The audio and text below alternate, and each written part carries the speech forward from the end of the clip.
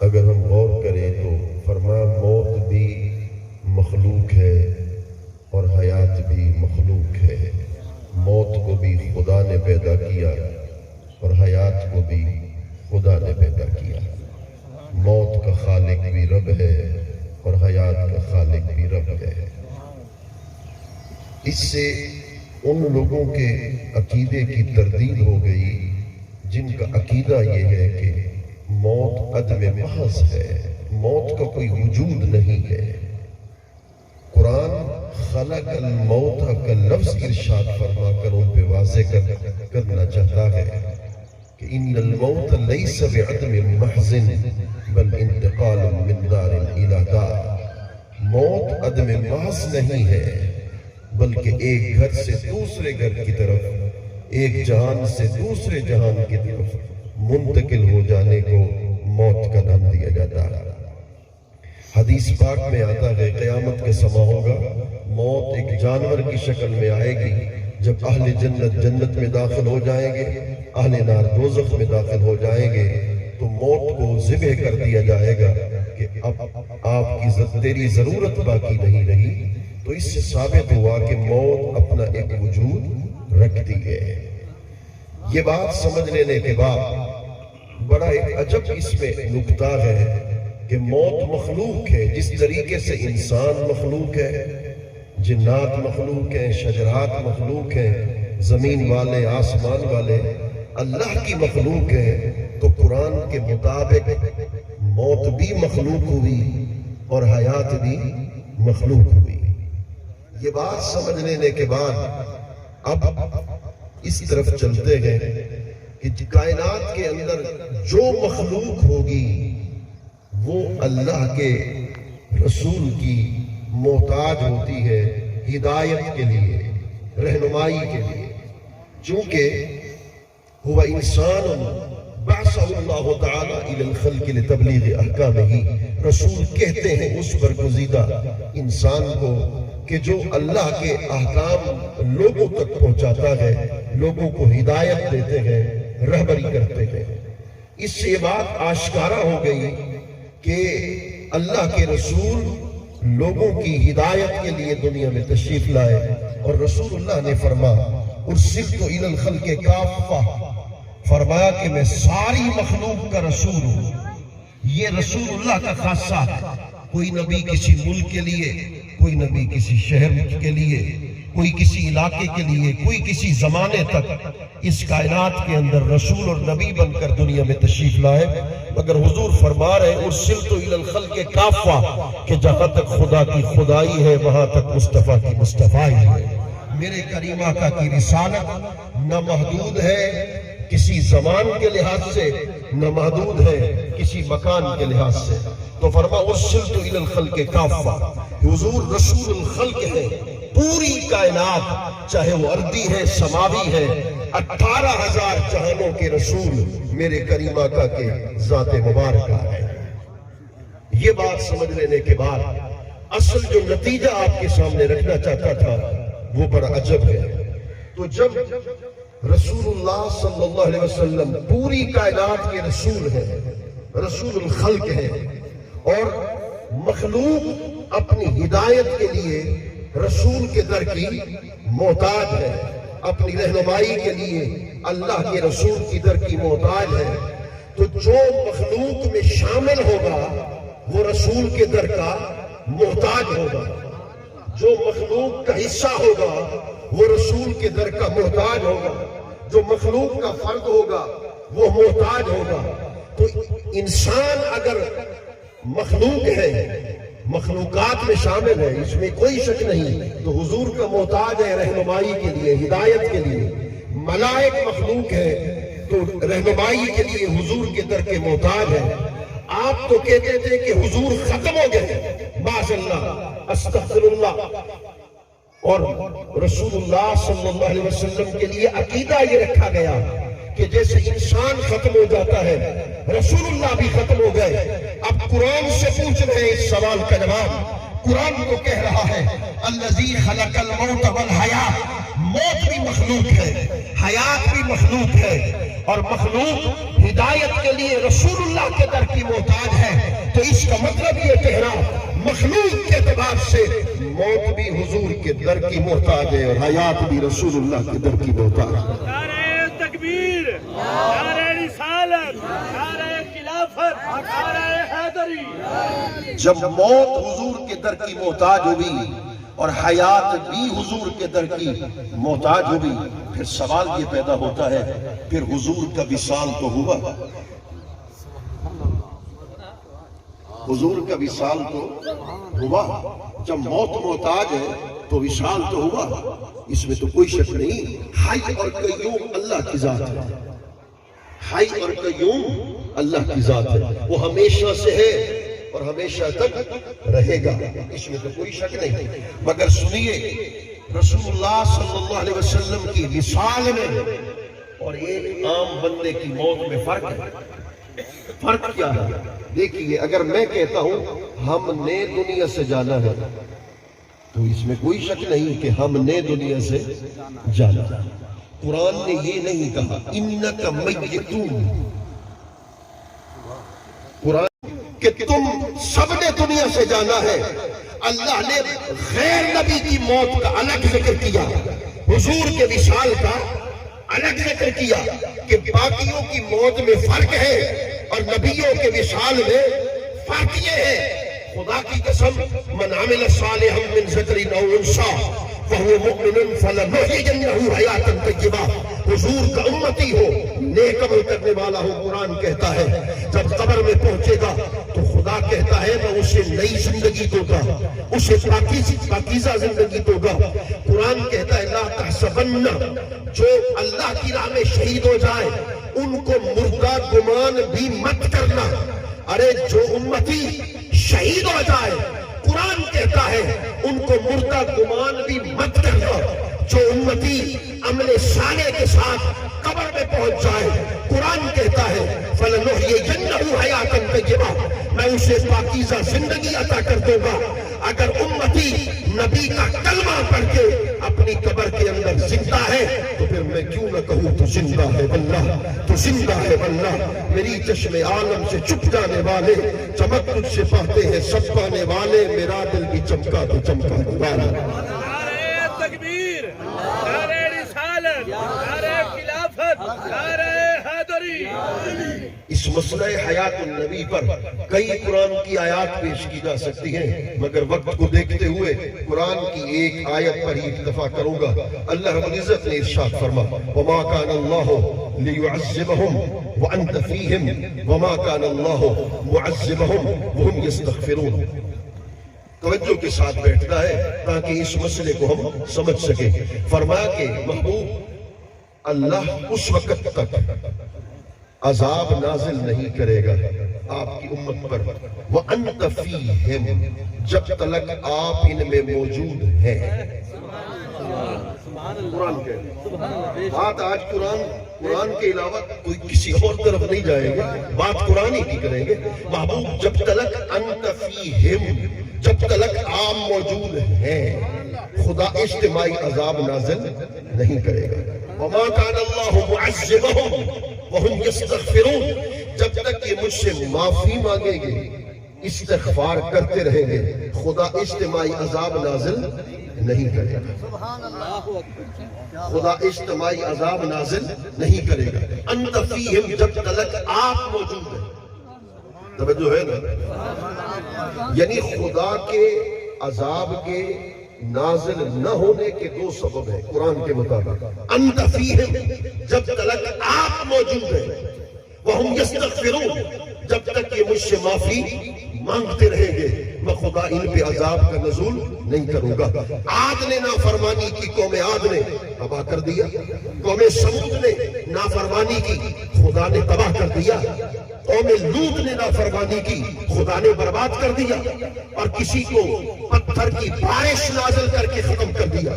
وَكُونُوا قِرَدَةً خَاسِئِينَ، کسی کو بندر کی شکل میں تبدیل کر کے خدا نے برباد کر دیا۔ اللہ نے کسی پہ پانی کا عذاب نازل کر دیا سیلاب کی صورت میں، کسی پوری قوم کی قوم کو تباہ برباد کر دیا۔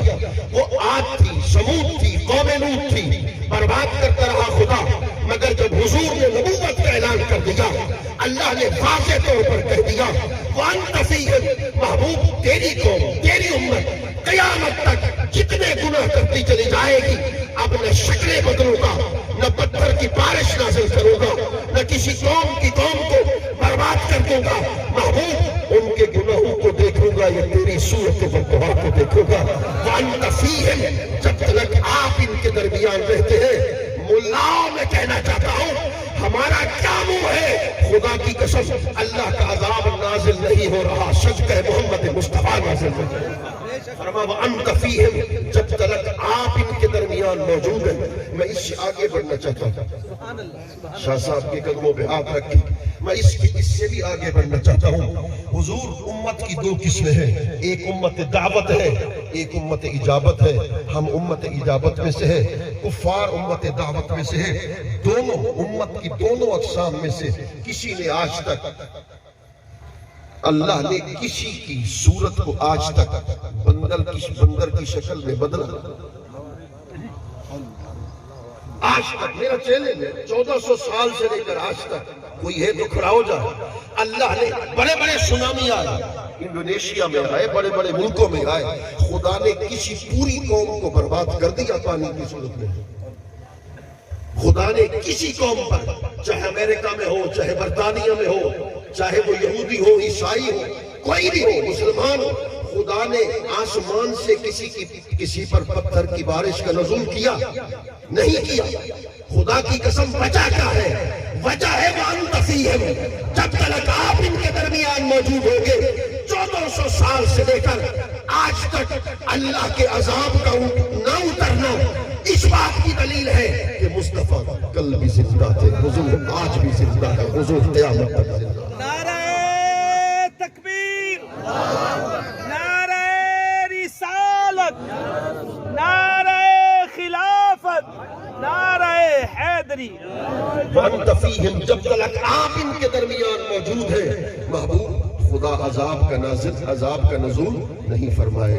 مجھے خوشی ہے بات کو سمجھ رہے ہیں، میں بھی اس پر اور نکات بیان کرتا چلا جاؤں گا۔ فرمایا جب تک آپ موجود ہیں، آپ کی ذات کو وسیلہ بنایا ہے۔ انتا ضمیر ہے اور ضمیر ذات پہ دلالت کرتی ہے۔ مصطفیٰ آپ کی ذات کا وسیلہ ہے، آپ کی ذات کو وسیلہ بنایا گیا، آپ کے وسیلے سے عذاب کا نزول نہیں ہوگا۔ وَهُمْ يَسْتَغْفِرُونَ، جب تک یہ مجھ سے معافی مانگیں گے عذاب نازل نہیں ہوگا۔ پھر کہہ رہا ہوں انت فیہم، یہ حضور کی ذات کا وسیلہ ہے۔ وَهُمْ يَسْتَغْفِرُونَ، یہ عمل کا وظیفہ وسیلہ ہے کہ جب تک یہ معافی مانگیں گے، معافی مانگنا عمل ہے۔ ہم سے لوگ کہتے تھے وسیلہ شرک ہے، وسیلہ حرام ہے، وسیلہ ناجائز ہے، عمل کا وسیلہ جائز ہے۔ جی نماز پڑھ کے دعا کرتے اے اللہ اس نماز کے صدقے سے مجھے معاف کر، تو درست ہے۔ اگر کوئی شخص اپنے کسی عمل کو وسیلہ بنا کر اللہ سے دعا کرے تو جائز ہے، مگر نبی کی ذات کو وسیلہ بنا کر دعا کرے تو شرک ہے۔ قرآن سے پوچھ رہے وَمَا كَانَ اللَّهُ لِيُعَذِّبَهُمْ وَأَنْتَ فِيهِمْ وَمَا كَانَ اللَّهُ مُعَذِّبَهُمْ وَهُمْ يَسْتَغْفِرُونَ، أَنْتَ فِيهِمْ ذات کا وسیلہ، ہم یستغفرون عمل کا وسیلہ۔ خدا نے عمل کے وسیلے سے رسول اللہ کی ذات کے وسیلے کے ذکر کو مقدم کر کے دنیا پہ واضح کر دیا۔ مصطفیٰ کی ذات کا وسیلہ پہلے ہوگا، باقی ہر شے کا وسیلہ بعد کے اندر موجود ہوگا۔ حضور کی ذات کا وسیلہ پہلے ہوگا، باقی وسیلے بعد کے اندر ہوں گے۔ اچھا میرے مالک، اگر کوئی حضور کی بے ادبی کر دے، گستاخی کر دے، وہم یستغفرون، معافی مانگ لے تو اس کو معاف کر دے گا؟ کیا اس پر بھی عذاب نازل نہیں کرے گا؟ پھر تو گستاخ عذاب سے بچ گئے نا۔ گستاخی ایک طرف کر دے، دوسری طرف سے معافی مانگ لے، استغفار کر لے، اس کو بھی معاف کر دے گا۔ حدیث بتا، قرآن کی آیت بتا رہی ہے کہ ہم یستغفرون سے پہلے انت فیہم کو پڑھ، میں نے اپنے محبوب کی ذات کو وسیلے کا وسیلہ پہلے بنا دیا، عمل کا وسیلہ بعد میں بنا کر دنیا پہ واضح کر دیا، معافی اس کی قبول ہوگی انت فیہم جو مصطفیٰ کی حیات کا قائل ہوگا، جو مصطفیٰ کو زندہ سمجھے گا، جو حضور کی حیات کا قائل ہوگا، معافی اس کی قبول ہوگی۔ جو حضور میرے محبوب کی حیات کا قائل ہی نہ ہو، کتنی بار معافی مانگے گے اس کی معافی، ان تستغفر لہم اور لا تستغفر لہم 70 مرہ، 70 مرتبہ بھی محبوب آپ رحمت للعالمین کی سبب اس کے لیے بخشش کی معافی مانگیں گے، میں اس کو معاف نہیں کروں گا۔ اللہ یارو، اللہ فرمایا محبوب جب تک آپ موجود ہوں گے میں ان پر عذاب کو نازل نہیں کروں گا۔ میرے کریم آقا صلی اللہ علیہ وآلہ وبارک وسلم مسجد اقصی پہنچے، شب معراج، انبیاء موجود ہیں، رسول اللہ صلی اللہ علیہ وسلم کے پیچھے نماز پڑھتے ہیں، رسول اللہ صلی اللہ علیہ وسلم کے پیچھے انبیاء اپنے وصال کے بعد مسجد اقصی میں آتے ہیں۔ توجہ ہے، انبیاء وصال کے بعد آتے ہیں، چونکہ حضور کو خاتم النبیین ہے، رسول اللہ صلی اللہ علیہ وسلم امام النبی، کوئی شک نہیں۔ میرے کریم آقا کی جلوہ گری ہوتی، حضور مصلی امامت پر کھڑے ہوتے ہیں، انبیاء حضور کے پیچھے مقتدی بن کے نماز پڑھتے ہیں۔ اب آپ سے میرا سوال ہے، کسی نبی کی مزار ہے فلسطینی، کسی نبی کی مزار ہے شام میں، کسی نبی کی مزار، ایک روایت میں آتا ہے 50,000 انبیاء کی مزارات ہیں حجاز میں، مکہ المکرمہ میں 50,000 انبیاء کرام کی مزارات ہیں۔ تو انبیاء کرام اپنی مزارات سے اٹھ کر مسجد اقصی میں کہنے لگے نہیں، ان کے جسم تو اپنی اپنی مزارات میں تھے، ان کی روحیں آئی تھیں۔ کہنے لگے نہیں، انبیاء کرام کی روحیں آئی تھیں، ان کے جسم نہیں آئے تھے، ان کے جسم مزارات میں تھے۔ میں نے کہا چلو اگر یہ سوال ہے تو اس کو بھی ڈھونڈ لیتے ہیں۔ میں نے کہا سبحان الذی اسری بعبدہ، قرآن نے کیا کہا؟ میں نے آج کہا کہ قرآن پر بات کریں گے۔ قرآن نے کہا سبحان الذی اسری بعبدہ، قرآن نے یہ تو نہیں کہا سبحان الذی اسری بروح نبیہ کہ میں نے اپنے محبوب کی روح کو معراج کرایا، کہا نہیں میں نے اپنے بندے کو معراج کرایا۔ مولانا آپ سے سوال ہے کہ عبد روح کو کہتے ہیں؟ کیا بندہ روح کو کہتے ہیں؟ عبد کس کو کہتے ہیں؟ ایسا جسم جس کے اندر روح داخل ہو اس کو عبد کہتے ہیں۔ نہ صرف جسم کو عبد کہہ سکتے ہیں، نہ صرف روح کو عبد کہہ سکتے ہیں، روح جسم کے اندر موجود ہو تو اس کو عبد کہتے ہیں۔ اس کا مطلب یہ ہے مصطفیٰ بھی مسجد اقصی میں تھے، سارے انبیاء بھی مسجد اقصی کے اندر موجود ہیں۔ نعرہ تکبیر، نعرہ رسالت، نعرہ خلافت، علماء اہل سنت، علماء اہل سنت، ان کی ارواح، ان کی روحیں نہیں تھی صرف، بلکہ ان کے اجسام مقدسات بھی مسجد اقصی میں تھے۔ ایک سوال، دوسرا جواب، آپ تو کہتے تھے حضور کہ روحوں نے سجدہ کیا تھا، انبیاء کی روحوں نے مسجد اقصی میں سجدہ کیا، انبیاء کے جسم اپنی مزارات میں تھے۔ تو میں آپ سے پھر سوال کرتا ہوں، نماز روح پڑھتی ہے یا جسم پڑھتا ہے؟ نماز جو فرض ہے جسم پر ہے یا روح پر ہے؟ اگر آپ کہتے ہیں تو روح پر ہے تو پھر ہر کوئی بندہ گھر کے اندر بیٹھا رہے گا، میری روح نے نماز پڑھ لی، مسجد کے اندر چلے گئے، سجدہ بھی کر لیا، نمازیں ادا ہو گئی۔ اس کا مطلب ہے نماز تو فرض ہے آپ کی ذات پر، آپ کے جسم پر۔ پتہ چلا انبیاء کرام کی روحیں صرف نہیں آئی تھی، حضرت آدم بھی حضور کے پیچھے کھڑے تھے، حضرت عیسیٰ بھی حضور کے پیچھے کھڑے تھے، حضرت موسیٰ بھی حضور کے پیچھے کھڑے تھے، رسول اللہ مصلی امامت پر کھڑے تھے۔ انبیاء گویا کے مسجد اقصی میں آ کر اعلان کر رہے تھے ہم بھی زندہ ہیں، ہمارا نبیوں کا نبی بھی زندہ موجود ہے۔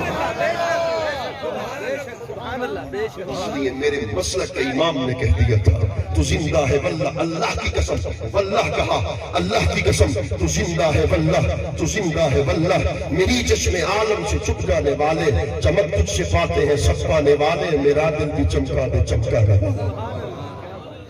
مجھے 2-3 منٹ اور دیں گے تو میں کچھ اور بات بھی کر دوں گا۔ دیکھیے میں انسان ہوں، یہ میں اپنا بال کو اپنے جسم سے جدا کر دیتا ہوں، توجہ ہے نا، جسم سے جدا کر دیتا ہوں، یہ بال میرے جسم کا بال بڑھے گا، جب جسم سے جدا ہو جائے بڑھے گا۔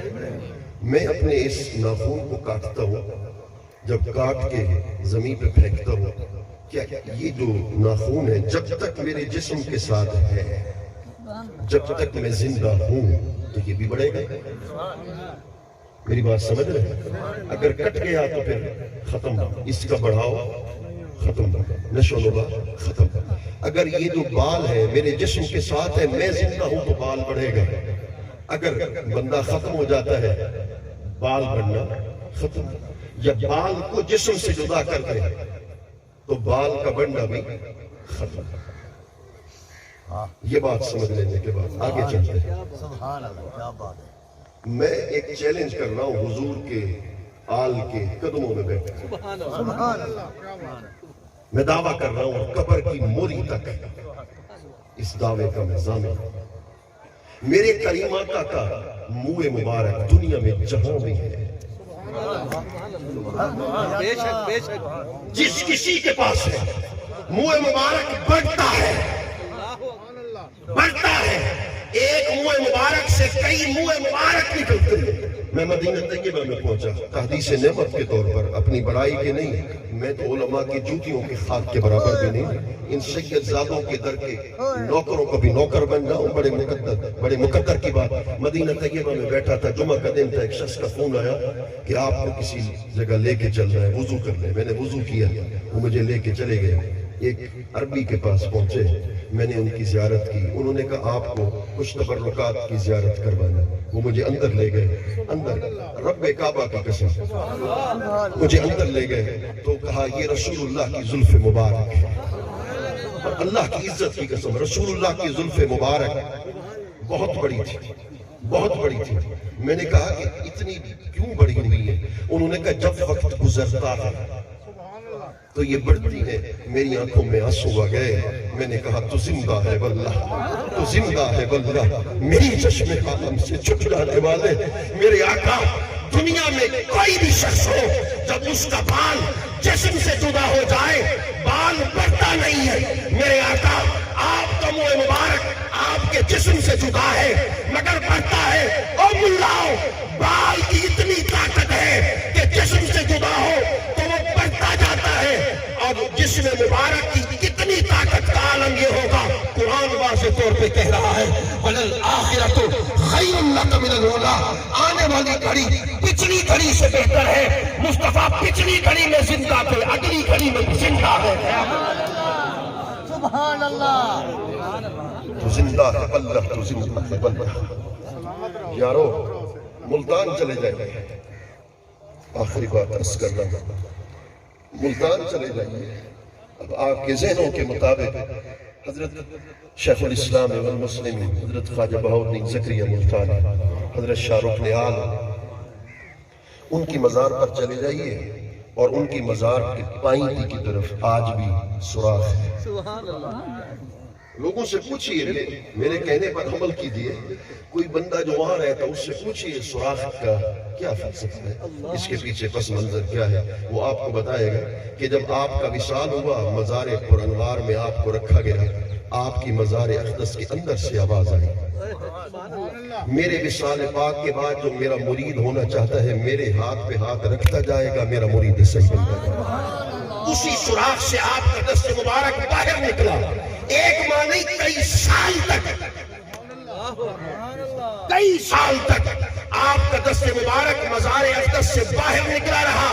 اگر رسول اللہ کے امتی حضور کی امت کے ولی کی یہ شان ہے کہ مزار اقدس کے اندر سے اپنا دست مبارک باہر نکال سکتے ہیں، تو پھر تو زندہ زندہ ہے بندہ تو زندہ ہے بندہ میری چشم عالم سے چھپ جانے والے چمک تجھ سے پاتے ہیں سب پانے والے میرا دل بھی چمکا دے چمکانے والے میں آخری روایت کو پیش کر رہا ہوں حضرت سعید بن مسیب یہ تابعی رضی اللہ تعالیٰ عنہ یزید نے جب حملہ کرایا تھا مسجد نبوی پر بدقسمتی سے آج کچھ لوگ ایسے بھی ہیں جو کہتے ہیں کہ امام علی مقام کے قتل کرنے میں شہادت میں یزید کا کوئی حصہ نہیں تھا افسوس ہے پھر آپ کے اس نظریے پر آپ کے اس بیان پر مجھے تو سخت افسوس ہے تو یزید نے جب مسجد نبوی پہ حملہ کرا دیا جب مسجد نبوی پہ حملہ کرایا تو حضرت سعید بن مسیب فرماتے ہیں میں رسول اللہ کے مزار کے قریب چھپ گیا وہ جو سامنے آتا تھا اس کو قتل کر دیتے تھے حضور کے مزار کے قریب 3 دن تک میں چھپا رہا 3 دن تک مسجد نبوی میں نہ اذان ہوئی نہ اقامت ہوئی نہ جماعت ہوئی یہ یزید کا کارنامہ ہے نہ اذان ہوئی نہ نماز ہوئی نہ اقامت ہوئی حضرت سعید بن مسیب رضی اللہ تعالیٰ فرماتے ہیں خدا کی قسم تابعی ہیں تابعی اس کو کہتے ہیں جس نے صحابی کو دیکھا وہ خیر القرون میں سے ہے میرے کریم آقا کہ وہ صحابی کے تابعی ہیں حضرت سعید بن مسیب کہتے ہیں خدا کی قسم 3 دن تک مسجد نبوی میں اذان نہیں ہوئی مگر 3 دن تک اذان کے وقت رسول اللہ کی مزار اقدس کے اندر سے اذان کی آواز بھی سنی اقامت کی آواز بھی سنی اگر میں کیوں نہ کہوں تو زندہ ہے بندہ تو زندہ ہے بندہ میری چشم عالم سے چھپ جانے والے چمک تجھ سے پاتے ہیں سب پانے والے میرا دل بھی چمکا دے چمکانے والے محمد صادق صاحب انتہائی شفیق انسان تھے لوگوں سے اخلاص اور محبت سے پیش آتے تھے اتنی بڑی تعداد میں لوگوں کا ان کے وصال کے بعد اظہار عقیدت و محبت کرنا یہ ان کے حسن اخلاق پہ دلالت کرتا ہے اللہ ان کے درجات کو بلند فرمائے انہیں اپنی دوار رحمت نصیب فرمائے